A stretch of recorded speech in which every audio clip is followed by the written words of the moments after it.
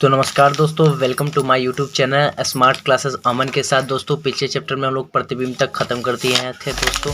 अब दोस्तों बारी आती है प्रतिबिंब कितने प्रकार के। प्रतिबिंब दो प्रकार के होते हैं दोस्तों। पहला प्रतिबिंब वास्तविक और आभासीय प्रतिबिंब। ठीक है, दो प्रतिबिंब होता है, याद कर लीजिए दोस्तों, वास्तविक और आभासीय। किसी वास्तविक प्रतिबिंब क्या होता है दोस्तों, ठीक से समझिएगा क्या होता है। किसी बिंदु स्रोत से आती प्रकाश की किरणें दर्पण से परावर्तन के बाद जिस बिंदु पर वास्तव में मिलती है, ठीक है, दर्पण पे से परावर्तन के बाद जिस बिंदु पर वापस में मिलती है उसे वास्तविक प्रतिबिंब कहते हैं। ठीक है दोस्तों, समझ गए, किसी बिंदु स्रोत से। ठीक है, ये समझ लीजिए एक बुक के अनुसार दोस्तों। अब देखिएगा ये बुक के अनुसार वास्तविक प्रतिबिंब से किसी बिंदु स्रोत से, मैंने क्या पढ़ा है दोस्तों, किसी बिंदु स्रोत से आती प्रकाश की किरणें दर्पण से परावर्तन के बाद वापस में मिलती है उसे वास्तविक प्रतिबिंब। देखिए किसी बिंदु स्रोत से आया दोस्तों, यहाँ से आया, वास्तव में मिला, क्या हुआ, वास्तविक प्रतिबिंब हुआ। और ये दोस्तों ये हरदम याद है कि एग्जाम में पूछता है अक्सर, क्या पूछता है, वास्तविक प्रतिबिंब और हरदम वस्तु की अपेक्षा उल्टा बनता है। ठीक है दोस्तों, अगर वस्तु यहाँ रहेगा तो प्रतिबिंब उल्टा, हरदम उल्टा ही बनेगा। ठीक है दोस्तों, पीछे उल्टा।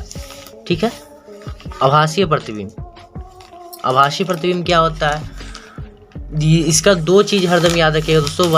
वास्तविक प्रतिबिंब वस्तु की अपेक्षा में उल्टा बनता है और इसे पर्दे पर प्राप्त किया जा सकता है। सिनेमा घर में दोस्तों आप लोग देखते होंगे तो पर्दे ही पर ना प्रोजेक्टर के द्वारा दिखाया जाता है, बोलिए, तो इसीलिए कहा जाता है वास्तविक प्रतिबिंब को वस्तु की अपेक्षा हरदम उल्टा बनता है और इसे पर्दे पर प्राप्त किया जा सकता है। अब आभासीय प्रतिबिंब के बारे में आते हैं दोस्तों। किसी बिंदु स्रोत से आती प्रकाश की किरणें परावर्तन के बाद उस बिंदु पर आती हुई प्रतीत होती है उसे आभासीय या फिर काल्पनिक प्रतिबिंब कहते हैं। ठीक ना, ये जस्ट अपोजिट होता है दोस्तों। ठीक ना, अब दोस्तों बारी आती है आभासीय प्रतिबिंब वस्तु की अपेक्षा हमेशा सीधा बनता है, ये एकदम सीधा बनेगा। ठीक ना, एकदम सीधा सामने। ठीक है, अब दोस्तों बारी आती है इसके आभासीय प्रतिबिंब वस्तु की अपेक्षा सीधा बनेगा, ये पर्दे पर प्राप्त नहीं किया जा सकता, इसे पर्दे पर हरदम नहीं प्राप्त, ये पर्दे पर प्राप्त, दोनों में डिफरेंसेस आता है दोस्तों। आभासीय और वास्तविक प्रतिबिंब दोनों में बताइए, तो इसे पर्दे पर प्राप्त किया जा सकता है, इसे नहीं किया जा सकता, ये हरदम वस्तु की अपेक्षा उल्टा बनेगा, ये हरदम वस्तु की अपेक्षा सीधा बनता है। तो इतना तक उम्मीद करता हूँ दोस्तों आप लोग समझ गए होंगे। ठीक है, अब दोस्तों बारी आती है दर्पण का। तो दर्पण क्या होता है, एक ऐसा चिकना तल जिसके एक पृष्ठ पर पॉलिश मतलब कलाई करके दूसरे पृष्ठ पे परावर्तक बना दिया जाए उसे दर्पण कहते हैं। ठीक है दोस्तों, एक और मैट्रिक है वो, ये मेरा खुद का बनाया हुआ, अन्य शब्दों में वो पीछे का भाग जिसका रजतीत किया जाता है, ठीक है, किया है, उसे दर्पण कहते हैं। पीछे का भाग रजतीत किया गया उसे दर्पण कहते हैं। शॉर्ट में दोस्तों एकदम याद करने का, एग्जाम में नो टेंशन। और दोस्तों हरदम दर्पण पूछता है एग्जाम में। ठीक है, इतना तो आपको उम्मीद करता हूँ आप लोग समझ गए होंगे। अब दोस्तों बारी आती है इसे थोड़ा समझ जाने का।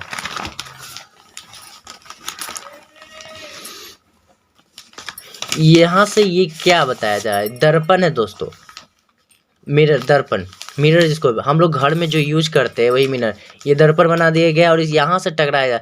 देखिएगा आप लोग मिरर में खड़ा होकर आप अपने राइट साइड का हैंड उठाते हैं तो मिरर में हरदम अपोजिट दिखेगा, लेफ्ट साइड का यहाँ पर आया, समझ लीजिए कि मिरर है, ठीक, और एक आदमी है, सपोज डैट कोई है।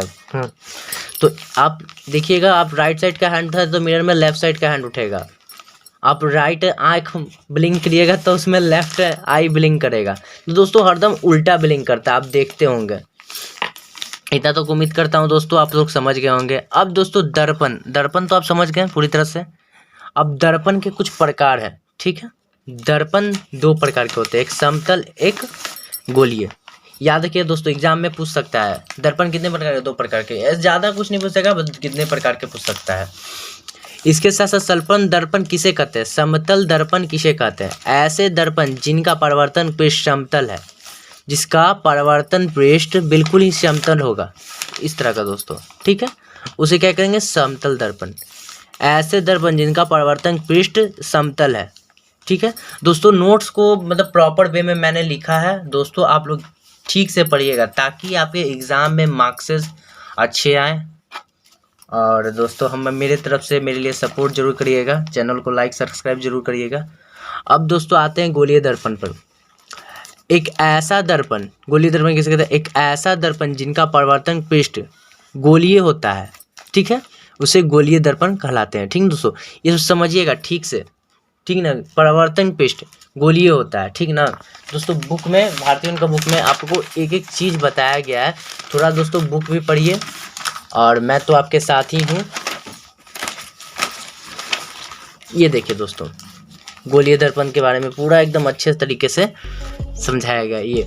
ये ठीक से अगर ये फिगर याद करो, हरदम ये क्वेश्चन आता है दोस्तों गोलीय दर्पण वाला, ये फिगर को ठीक से आप लोग पहचान लीजिए, याद कर लीजिए कहाँ पर क्या है, कैसे है, ठीक है दोस्तों।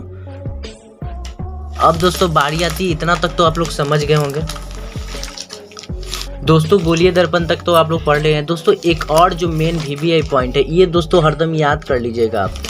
ये बुक में दोस्तों हर चीज़ का नोट्स लिखाना पॉसिबल नहीं है, इसीलिए मैं कुछ समझा दे रहा हूँ बुक में ही।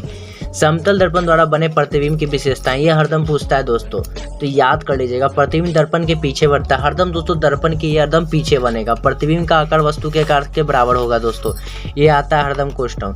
प्रतिबिंब वस्तु की अपेक्षा सीधा बनता है, प्रतिबिंब पार्श्विक रूप से उल्टा होता है, प्रतिबिंब आभासी होता है, अतः हम इसे पर्दे पर प्राप्त कर सकते हैं। प्रतिबिंब दर्पण से उतना ही पीछे बनता है जितना वस्तु के दर्पण से आगे अर्थात सामने रहता है। ठीक है दोस्तों, ये VBI है, इसको याद कर लीजिए।